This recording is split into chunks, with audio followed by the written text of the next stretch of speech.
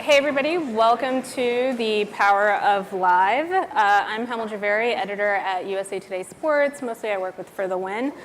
Sitting next to me is Jason George from Telescope, Tim Greenberg from the World Surf League, Joe Caporoso from Whistle Sports, and Heidi Browning from NHL. Thank you guys for being here. The first question that I want to kick it off with, largely a big open umbrella question. What are the major benefits of using live that each of you have found in your different niches? Heidi, why don't we start with you? Thank you. Thank you for choosing to spend your time with us today, everyone. Hi. We use live really in three ways. The first way is to drive tune-in to our linear broadcasts of the game. As you know, our broadcast partners are important to us. They're important revenue partners to us. So we want to make sure that live doesn't take away from a broadcast, but actually is additive to it. So whether we're doing it on NHL's behalf or Sportsnet or NBC, all of us have been using live to drive tune-in short periods of time before the games actually air on TV. The second way that we use live is to try to expand our audience. So how do we take live streams of our game to Twitter and understand who the audience that might not ever tune in to TV, how they engage with us on Twitter? And then we're expanding internationally by streaming it on Tencent and understanding how we can bring the game to our Chinese audiences. And then the third way that we're using live is really more of the, how do you elevate the players with our fans? Our players, we have such a challenge because they're always got the gear on, they're on and off the ice so fast, people don't recognize their faces, and we really know that if people know more of the players, they'd watch more hockey. So we're using those moments of live through spectacle, through Periscope, to help bring that one-to-one relationship of what's it like life off the ice for these players. I would say for us at Whistle Sports, we have two different primary reasons we've been focusing on live.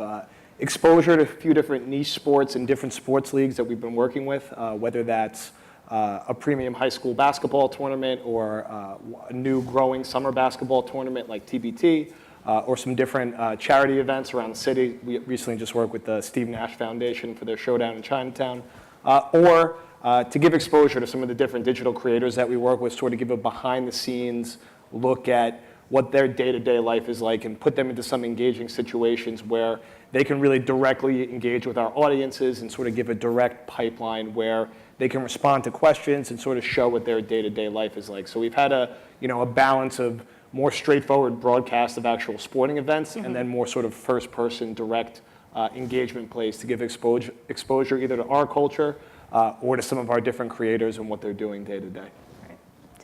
So the World Surf League, very similar to Heidi. We use live in several ways. The majority of our consumption happens on our owned and operated platforms, our app and our website, but we've been using Facebook this year to stream all of our contests. We produce about 800 hours of live programming per year, and we're streaming all of that on Facebook. So we're learning a ton about our audience. We're learning new markets that maybe weren't exposed to a niche sport like surfing, and we're learning better ways that we can engage with them using products like Telescope, where we're having a one-on-one fan conversation in real time throughout our broadcasts and learning more about our audience as we do that. And then the third way would be just new distribution channels and growing our sport to a bigger audience. So Jason, you're a little bit different from the vendor technology side. From your perspective, what are the major benefits for you guys? Or what you're trying to push forward? Look, I think there's a couple of things. I mean, we specialize, I think these guys said it pretty well in terms of all the benefits that rights allowing, you can hit a global audience. I think one thing definitely worth remembering is that a lot of these viewers are coming from a mobile device, so it's kind of reaching new audiences in different ways, and it requires different techniques. We specialize especially around social and kind of some of the Facebook side of it, and the thing I'd say to really remember is it's a conversation. It's an opportunity to have a conversation with your audience, not just to kind of talk at them. So I think, and again, because the social side of it is, how do I also use that to actually drive viewership and drive discovery? So, roughly half your audience actually comes from seeing something in their feed. So, they're getting something tagged, they're seeing it because they're interested in it, or they're seeing it because a friend is sharing it or commenting on it. So, how do we kind of use those tools as well in that space to really drive? Live's always been a big part of TV viewing. That's not new. I think it's like these platforms are offering opportunities to access different content, more niche content sometimes, or just, like we said, it's a behind-the-scenes opportunity, to get close to some of the characters and talent involved in the sport. So to move this a little bit forward, in terms of your live strategy for distribution, like you said, there's lots of different places your live broadcast can go. It can go to Facebook and Periscope. You can do it in your own app. Do you have any thoughts on where you've decided what works best, right? So Tim, you said that you've just started with Facebook. What was the decision-making factor for you guys to move to Facebook versus trying to keep it all in-house? Growing our sport. Surfing means a lot of things to a lot of people, but a lot of people don't actually know that competitive surfing exists. So we sort of think of it as the Costco sampler ILR. If we can get surfing, into the news feed, and we can expose people to this amazing sport in these amazing locations, and we can drive conversion to our owned and operated app. It may not happen overnight. It might be a long process, but just that exposure is something that we really value for Facebook. Nice. Heidi, what about the NHL? Because you are in a very unique position because you have to manage your broadcast partners as well. How do you navigate that tension? So as I mentioned earlier, we do this in partnership so that we can be additive to the broadcast experience, not take away from it. Because that's one of the big fears that many people have, is that it will take audience away from their television ratings, and that's not it at all. It's really to expand beyond the hardcore avids that would watch us anyway and try to touch on some of these, expanded, more casual fans, or just act as a reminder to tune in. And the way that we do it isn't by showing what's happening on the ice. We've been experimenting with different types of content. So some of it might be in the locker room or going down the tunnel. Some of it might be having some, pre-game discussion about what they think is going to happen, some commentary with some of the talent online. And then sometimes it's our post-game pressers. So we're just experimenting with different ways to incorporate it into the overall picture. Mm-hmm. And what is it about sports that is such a great fit for live broadcasting, right? Because we see a lot of news programs, entertainment is not yet caught up, but sports really feels like it's leading the way in terms of live broadcasting. Joe, do you have any thoughts on that? I think what we've seen and what I think is that people always have strong opinions and they're passionate about sports. And what we've been most encouraged by when we've experimented with live is just how much engagement we've gotten when we, for example, have live streamed something on Facebook, seeing how active the comment section has been, being able to utilize sort of real-time polls and other tools and stuff that we've been able to utilize from Telescope. But people are not shy to very quickly express their opinions and all of a sudden devolve into different debates within our comment section, right. Which is great, which is what we want to see. And, we want to drive that conversation. And, when fans are in the comment section about, an Under Armour elite basketball game that we're live streaming, they're immediately talking about, their favorite high school prospects, their favorite colleges, how these prospects compare to NBA players. And that could lead into just, hundreds and thousands of comments for us, which is exactly what we want, because we're getting really good exposure and information from our audience in real time. So, I think with sports, it's something that they can very easily, quickly pick up and are immediately not shy to, show their passion and start debating about these different topics. And this kind of goes back to what you were saying about the engagement factor, right? Yeah, look, I think there's some things that you don't mind watching on delay, right? And there's other things where I know that, as you can tell, I'm English, and some of the English sports, I don't want to watch them 10 seconds delayed. I want to watch them in the moment, if you like, connecting with other people, through that. And I think the second thing is that, our background at Telescope is really interactivity around TV shows, and that, is a kind of laborious process of how do I get somebody from a TV show into a digital environment, get them to do something, and then kind of get that back to the TV screen. And that's actually, kind of painful process, whereas I think with lots of these platforms, that interactivity and engagement is totally organic. Like the fans are already there commenting and already there kind of expressing their opinion. Sport is like you said, sport's the passion point, is the most high profile example of that.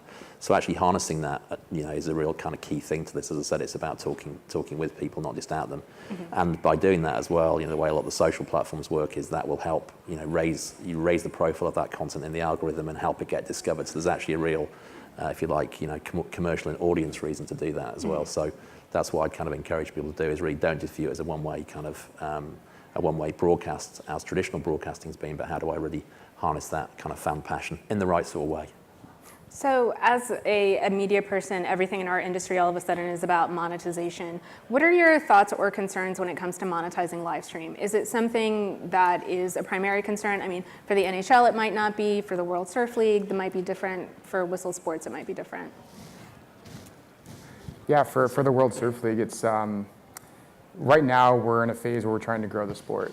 We've been testing and experimenting a lot with how we're distributing our content. So my primary objective, or our primary objective right now, is not necessarily to go out and monetize. That may change when we start to figure out exactly what consumption habits are. But it might be different for other sports. We're really just trying to get our product out with the Olympics in 2020. There's a lot of momentum around surfing. So first, let's build the packages and then see how we can go out and monetize. Okay, so that's interesting. So it's not really a primary concern for you guys. Yeah, I think initially, we began testing it and got more comfortable with the actual process of doing it, and it probably wasn't at top of mind for us. I think now that we've done it for, a year and a half, 2 years, it definitely is a concern. I mean, everything that we're putting time and resources into, how can we find a way to monetize it? Because that's going to allow us to sort of expand the resources that we put into it. And, we've experimented with some brand integration into it. We've thrown it into some different branded campaigns that we do, whether that's doing a, sort of a creative giveaway around it, or again, just sort of using some of the features that something like Telescope has, where we could easily get a brand's graphics integrated into it. It's not something that I think we've done with a high volume of consistency yet, but it's something that we're trying to more regularly package and offer more different options and different ways to get a brand in there, whether it's their logo, whether it's linking out to something in the comment section, or again, just finding a creative way to get their product in without sort of beating the consumer over the head with it. Cool. And then for us, it's, again, that indirect influence on revenue, which is making sure that we're actually building audience for our broadcast partners. And, although we can't really tie it directly, we've had live streams before every game from both NBC and from Sportsnet up in Canada, and our ratings are up 53% year over year. So, all these things matter when you're trying to capture people's attention and get them to tune into what you want. And is there any tension between that old media, new media for a traditional? I think we're all but open. Like we're all in this together and trying to drive, as much engagement and audience growth as possible. So it's more of a partnership for sure. That's nice. Are there any pitfalls that you guys have noticed with live? Like, has there ever been an instance, well, I'm sure there have been plenty of instances, but like one real learning experience with using live? You guys all have different challenges, whether it's trying to broadcast live from a game or from a beach, from, an arena where Wi-Fi isn't great. What were some of the biggest pitfalls that you've encountered? Well, definitely don't use a shared Wi-Fi network at a stadium or something like that. The connectivity is very important. Right. I think there's been loads of learning. I think the one thing I'd say is it's still very early days. So I think even on things like monetization, that's clearly a crucial area.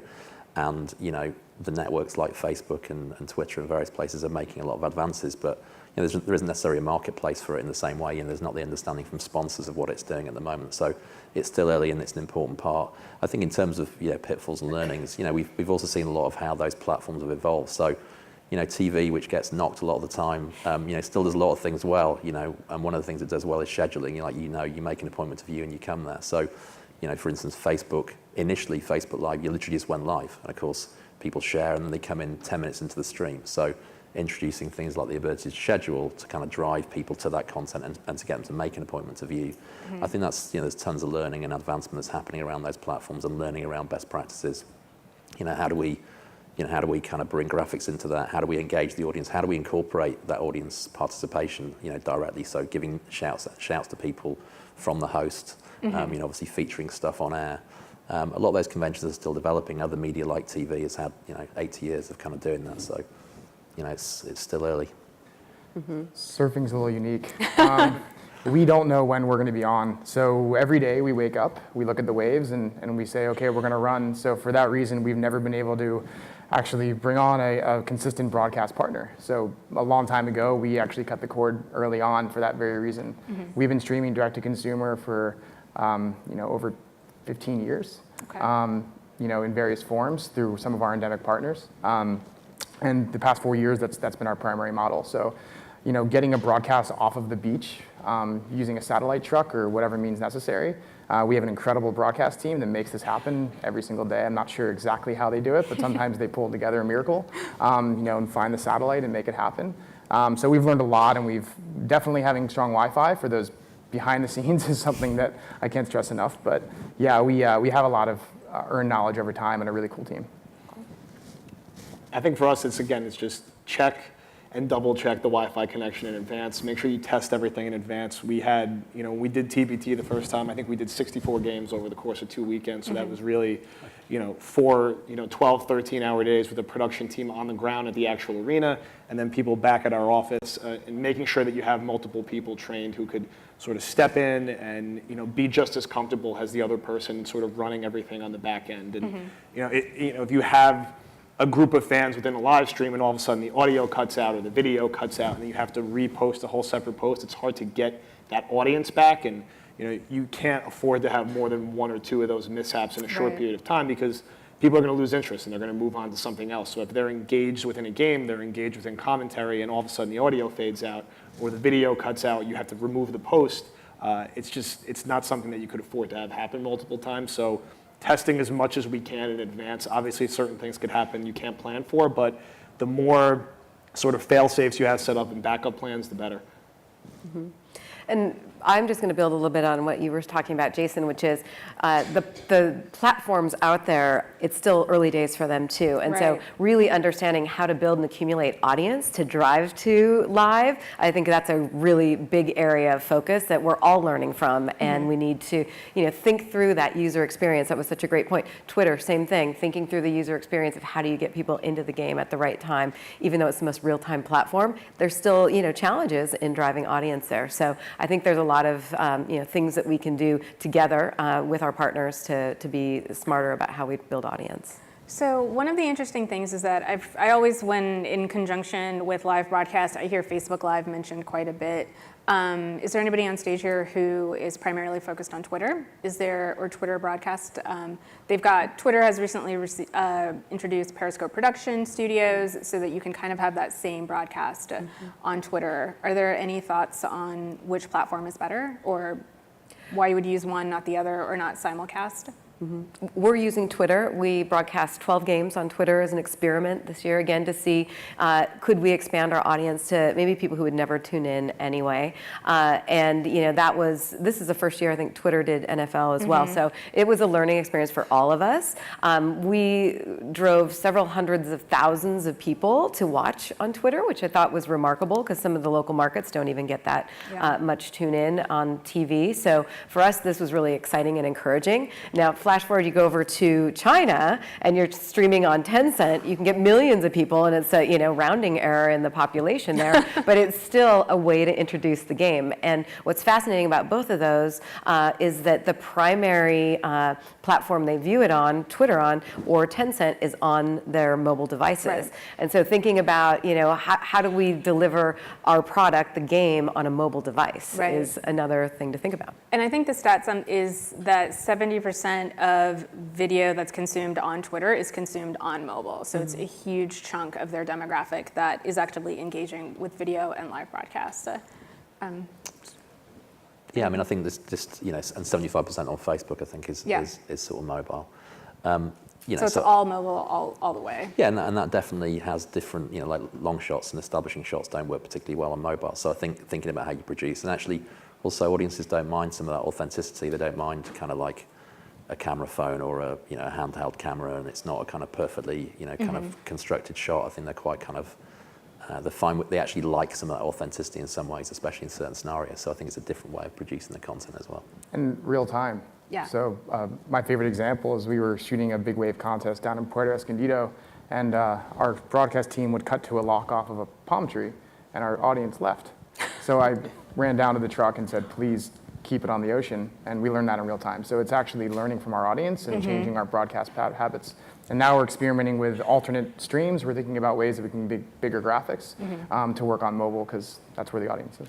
And also captioning, right? That is, people are consuming live video without the audio on. So captioning is huge. I want to go back to this point of authenticity. We were speaking about this backstage, is that I did a Facebook Live broadcast handheld phone from behind the scenes of the NHL Centennial, where the NHL let press up on stage to kind of interview all the players, but it was like 30 minutes of me walking around a stage with like, oh, look, there's Wayne Gretzky, and then right next to him is Patrick Kane, and then there's Jonathan Toews. I don't know if we have a hockey-heavy audience in here, but they're very famous. there is something, and that was one of our most engaged pieces of content, was this unfiltered, very shaky live broadcast, because there's such a hunger for the unmediated experience. What are your thoughts on terms of like how you bring authenticity back? Like sometimes it is that, you know, we were doing this, but now we're gonna run back and do it the other way, because part of the difference between live versus actual TV production is that it's a lot looser. Yeah, I mean, I think fans want to see a candid experience with their athletes or whoever they're following on social media. They don't want the standard boilerplate answer that they're hearing so consistently. That's sort of the normal coach speak where you're not really getting any information. So I think even if the quality of the broadcast or stream is a little lower, a little rough, they don't mind, because they're seeing what these athletes and what these creators are actually like, and what they're like in their normal environment when they're with their family, when they're out shooting content, or when they're out, like for some of our creators, when they're out practicing and finding ways to do trick shots or soccer freestyle moves. This is what the actual process is like day to day, and you're not getting a polished cut piece of content to them, and the fans feel closer to them. They feel like they're getting more exposure, never mind that they're getting more one-to-one answers directly from them that's not being passed through a media member or a third party. And with that comes a bit of jeopardy sometimes as well, which is part of the kind of attraction for fans, right? That you might be in an environment in the locker room, you might hear some things that in a normal and that's obviously part of the how do you manage that situation of a kind of live environment, and how do you prep people for that and try and minimize kind of risks like that. But I also think it goes back to that thing of the two-way conversation, right? Is that people feeling like they can impact and they can they can have their voice heard is really part of that as well. As I said, I love the fact that it's organic to these platforms. It really feels like you're not trying to kind of create something that's kind of phony, that it's right there. I think that's also part of it, that the fans therefore feel closer to it and they feel it's part of the experience. And surfing authenticity is our currency. We have to be authentic in a community that is very, in some ways insular, but some ways not. So we need to make sure that we're always having that second thought before we do anything. But the really cool thing about surfing is that we don't there's no free surfing baseball. You're not necessarily going to be able to go out to your local, mound and actually capture content. Surfing happens all around the world at all times. So we have teams across the globe that can go out to a break and capture content at a moment's notice. And we can stream all of that content and capture it and bring it to our audience. So it sounds like logistically there's lots of different challenges for how it can be done. Yeah, just coming back to that platform thing actually, because as well about I think, look, there's also YouTube out there that's really building up live. They're doing a lot in entertainment. I think ultimately for an IP owner or a content creator, in some ways you just want to get your content out there and distribute as widely as possible. So potentially they're all useful and interesting platforms. Certainly, I think Facebook has an advantage just because of scale, right? They have that huge base and the huge amount of scale, and they have a lot of information that enables them to kind of drive audience to you. I think what Twitter's done very well is, Twitter's always has been focused on monetization, so actually they're pretty good on monetization sort of aspects and trying to really package that up together. So, and there's different things they're currently stronger in, but ultimately, all that, you just want the eyeballs, right? So distributing to all those endpoints, or if one of them wants to pay exclusively, which obviously is how a lot of sports rights negotiations traditionally work, then that's great, but there's a premium price on that. You've said, Tim, you guys talked about how you wanted to just expand the base, same thing with the NHL. What are you guys seeing in terms of the demographics that have been tuning into your live broadcasts? Jeff? I would say, our audience does skew a little younger. It is, probably predominantly about 14 to 25. And I would say it skews even younger in a lot of these live streams. The people that we're seeing really taking the time and jumping into one of the streams and engaging and offering a lot of comments and liking and sharing it are probably more in that sort of like 15 to 18-year-old range. And they, are not hesitant about taking the time of, sitting within one of these live streams for 15, 20, 25 minutes, and again, being very open about expressing their opinions. And I think, this is just, sort of in the habits of how they're consuming media. They're not hesitant to flip through their feed on something like Facebook, Twitter, or even YouTube, and, just stopping on a random feed that they might not be expecting, but willing to give it a chance. They don't necessarily need to have something pre-scheduled out and sort of plan ahead that they're going to watch it. They're willing to, if they like the Whistle Sports Facebook page and they see that we are live streaming something, which is, not standard to most of our posts, they're willing to, stick around for 15 or 20 minutes and maybe give it a chance and engage in there. So we definitely have seen the younger side of our already younger audience probably spends the most time not just watching it, but actually directly engaging with that content. 15 to 20 minutes sounds like a lot. Yeah, right? For us, I mean, most of the video content we put out on something like Facebook is usually about 30 to maybe 90 seconds. So then when they see sort of this handful of posts that could run for 60 minutes to an hour and 20 minutes, if they jump in there and immediately get pulled into some type of sports debate, or we're going to flash their comment up on the screen, they're that excited or that happy with that type of shout out where they'll either stick around for that period of time or they'll leave and then they'll come back, and they'll spend more time engaging it with they would with the normal VOD video. Cool. That's cool. You built in a reward mechanism. That's smart. Yeah, people love shout outs. Yeah, exactly. We skew younger on Facebook than we do. We're around 32 overall. Depends on the platform. We're 22 on Instagram. Okay. So on Facebook Live, we're younger, which is exactly what we want. We want to start capturing that younger audience and bringing them in as fans a little earlier.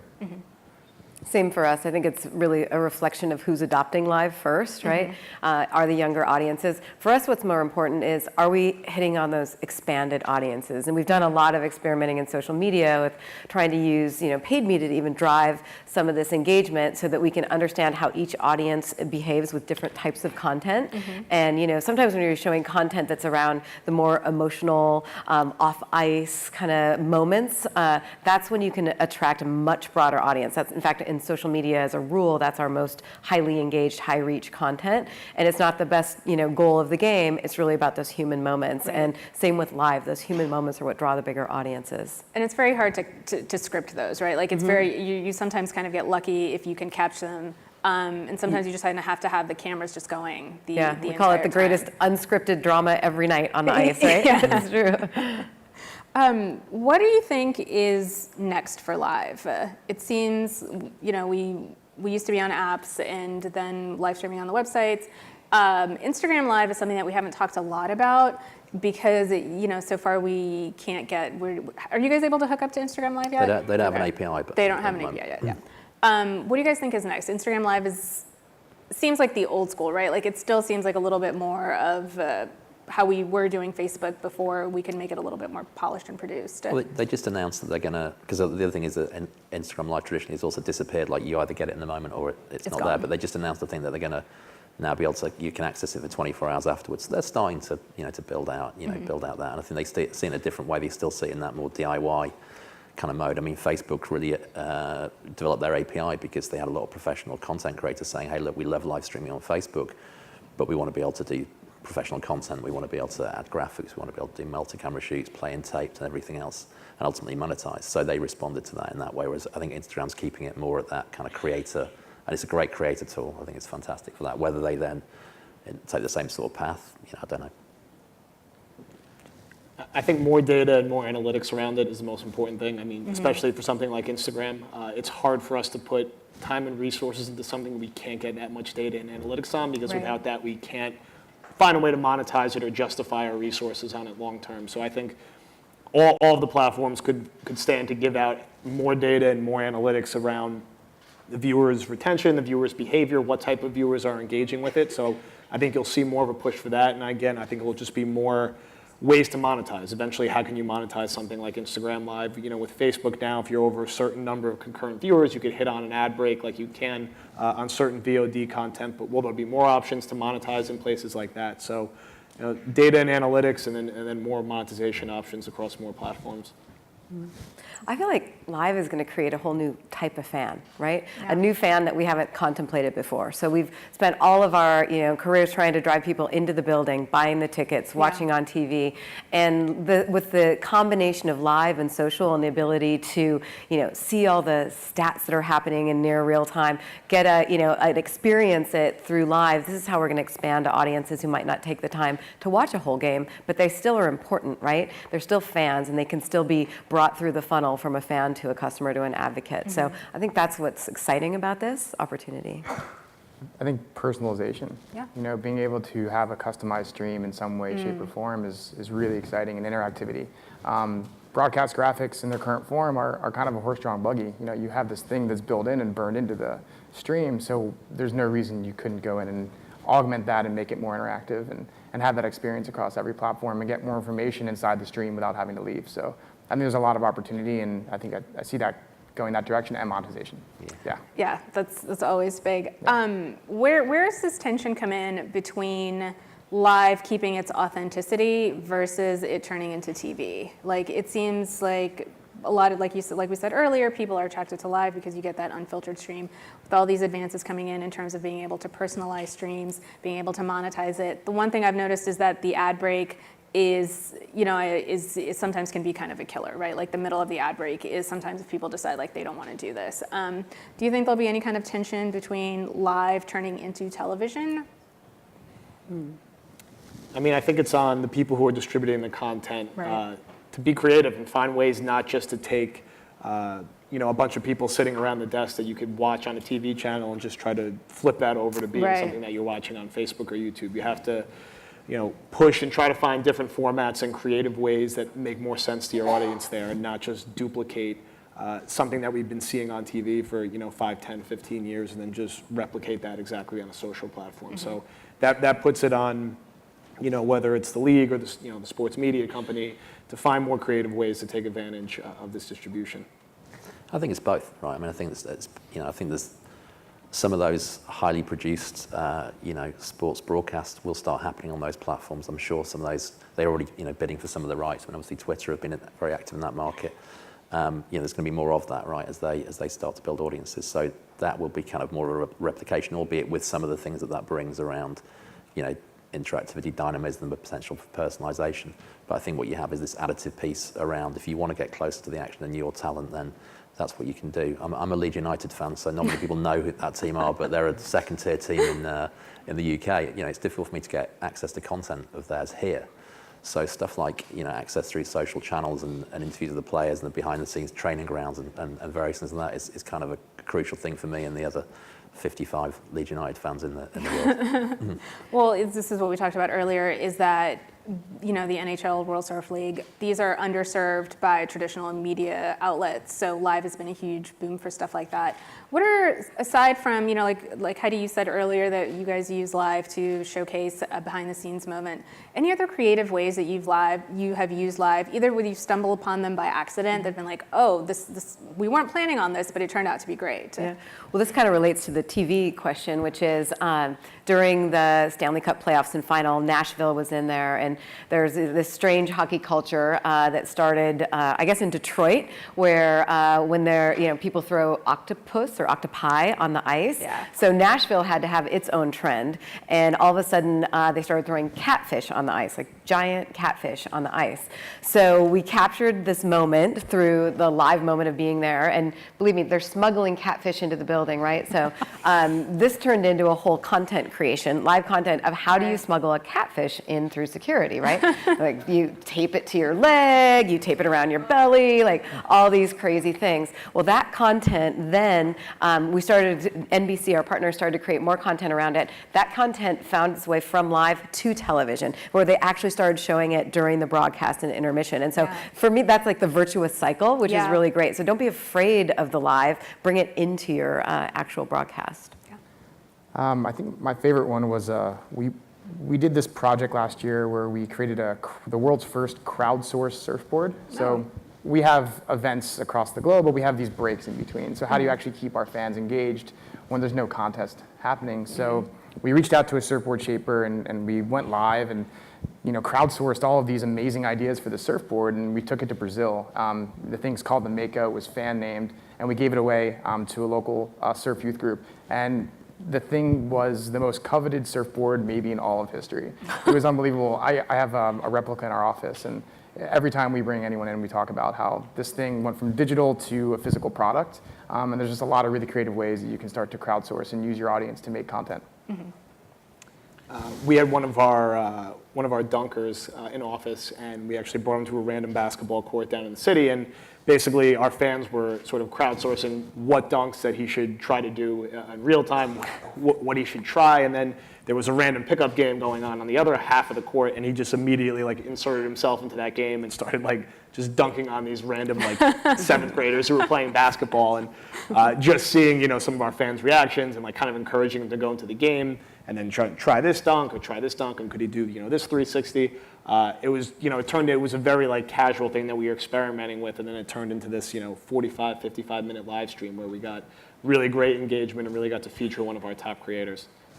Yeah, I mean, one that I'd pick out, it's not a sports example, actually, was about 3 weeks ago, we did the One Love Manchester kind of benefit concert for the Manchester bombing, the Ariana Grande concert. It came together obviously incredibly quickly. The whole event, I think we were given about 2 days notice to manage the stream on Facebook Live. It had a local broadcast partner in the UK, but obviously there's global interest in both the kind of music content, obviously the campaign in general. So we broadcast it on Facebook. I think it got 20 million live views and about 80 million views overall. It raised quite a bit of money through the Facebook donate capability as well. So that's a great example where it's a global, it enables a global capability as well as just kind of going to try and do local broadcast deals. In the old days, as it were, would have been impossible. And clearly that content was very relevant and very reached a huge amount of people globally. So it can happen, and it can happen quickly. So the one theme that I kind of heard through all of this is that the content that you guys have used for live, even though you're not able to directly monetize it, is content that lives on in lots of different ways afterward, right? Whether it's catfish or we're designing your own surfboard, it is, and it's something as somebody who is a part of the media, I will watch a live broadcast and we will pull moments for that to then either be put on a website or write a story about it, or it shows up in lots of different ways, which is so that content, even if it's only around for Instagram Live for 24 hours, there's still going to be lots of different ways that people can use it and a lot of different benefits aside from that. Have you noticed we talked a little bit about this, like Heidi, with your broadcast partners. Was there any pushback from your organizations about using live? Not for us. Yeah. No, we're pretty unique in that we own all of our rights end to end. So the experiment was welcome with open arms as a way to just see what's out there and how we can reach a new audience. I think we were credit to everyone else at the Whistle. They were open-minded about trying this. It was something new, and that we hadn't really thought about going into sort of broadcasting live sports and how that would fit into our overall business model. But we really didn't get a lot of internal pushback on it. The only main concerns was, just make sure that, from a technical and a production standpoint, it will live up to the necessary quality standards. And, we've been able to find the right partners to make sure that happens, because we didn't really have, at the time, the in-house capabilities to, necessarily set up the necessary APIs and do the live streams, but we have been able to build that out. So, there was a lot of open-mindedness about it. I think, the ecosystem is moving towards a lot more of these different live streaming opportunities, so they kind of welcomed it with open arms. Yeah. And for us, it wasn't really a business reason that there was pushback, but it did take a little bit of work to get access, right? Access to the players at the right time, because the last thing you want to do is mess up their mojo before they go into a game. So we have to be very careful about that. We'll never show them on ice, right before the game. It'll be like really early pre-morning skate. So that's the thing for us. And it probably still is going to take a little bit more time to get people really comfortable with live as part of life in the sports world.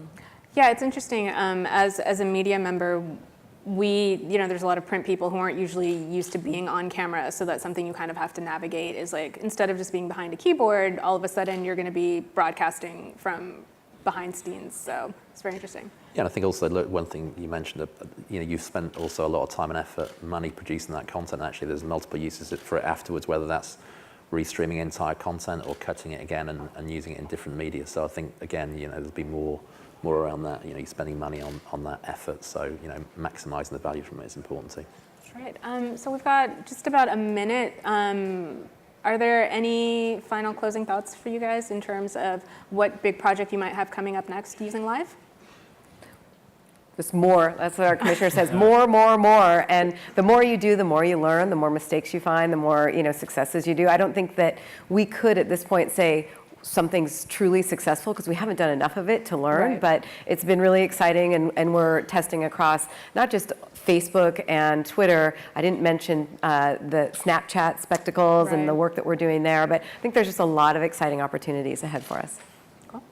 More is definitely the right way to frame it. More sports, more different content formats, more creative ways that we can work with our league partners on giving access to different athletes. I think we just want to keep taking as many shots as we can and experimenting in as many different ways as we can.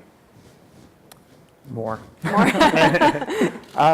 Yeah, that, and we're also experimenting ways that we can program our content. The challenge for our sport is that we never know. So we're working with Facebook on a few opportunities. One is a surfing Sunday block of content. So every Sunday for the next couple weeks, you can actually go on and watch surfing at a scheduled time, which is very, very different from the way we operate. So I think it'd be interesting to see how how it starts to move from just a mobile experience or more of a mobile experience into the TV apps as well. So, Facebook recently launched their Apple TV app and other things. YouTube's been there a while, obviously.